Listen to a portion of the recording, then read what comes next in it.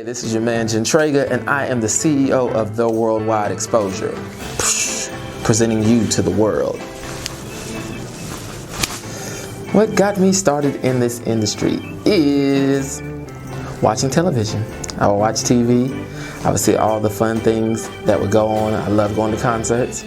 I liked anything that was in a lower term that was attention getting. So lights, people looking at you, people screaming, and got into that, and then started seeing the background of it, and that's when it became fun.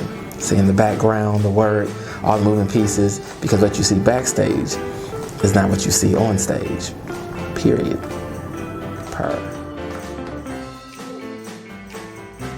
Who are the artists that I work with? I got a list of them.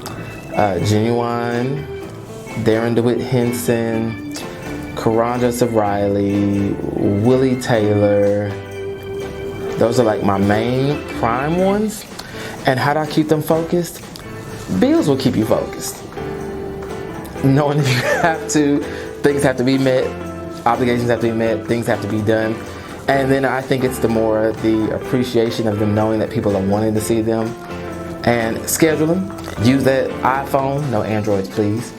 Use that iPhone, use that calendar, Google, knowing all of the tools that you have at your disposal and using them all to make sure that you can effectively run a brand. But folks, it's not really a hard thing, and communication.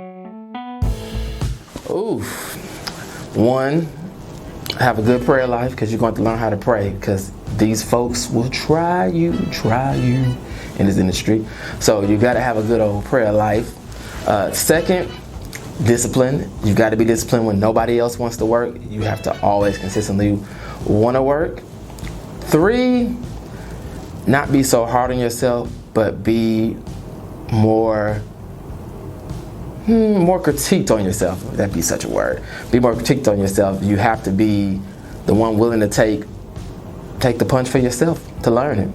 And 4 is always remain teachable. You never know it all, never think you know it all. And the thing is, but what you do know, let it be known. I know what I know. Because people will think that you don't know. So that confidence level has to be on 1,000,000. And remember, everything has to be boom. It has to be big. Entertainment is not about this. It's about this. You have to give them that. Period. Sponsorship is where they give you something and you're required to do a certain obligation, and you're paid or you're compensated in other ways for that particular thing. Collaboration is more so both parties have to be at work. I don't believe there's one-sided collaboration. You can't collaborate and not give anything. Collaboration always requires giving to giving, receiving to receiving. You can't collaborate and not be a giver. You can't collaborate and not be a receiver. Sponsorships come and go. Collaborations, those things can develop and be bigger. So I'm team collaboration all day. How important is networking to me? On a scale of 1 to 10, let's say a 50. Networking is probably one of the strongest tools.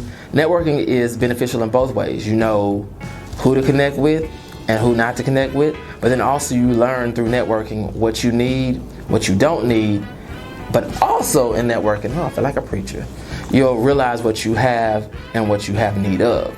Because a lot of time in networking, you can see things like, I'm looking for this, I'm looking for that.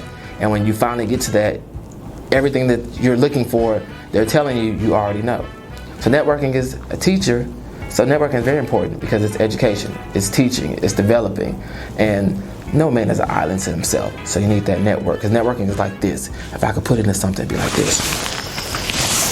It's a flow. I love making deep analogies. They just work so well, don't they?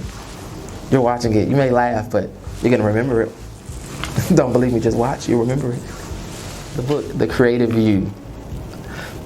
Well, how do we put into words of that book?